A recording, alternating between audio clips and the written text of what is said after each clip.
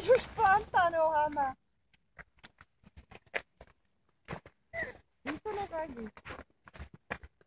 Ona chce prostě svobodu. Vidíš, jak je spokojená?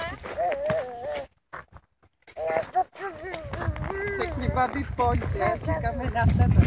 Jo, já jdu. Nebudeme si hrát s kamínkama, ale...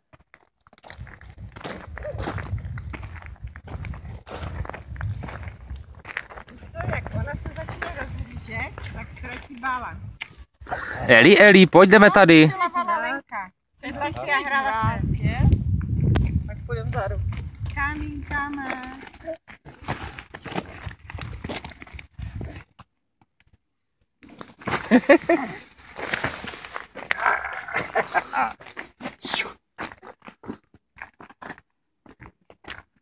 Šupí.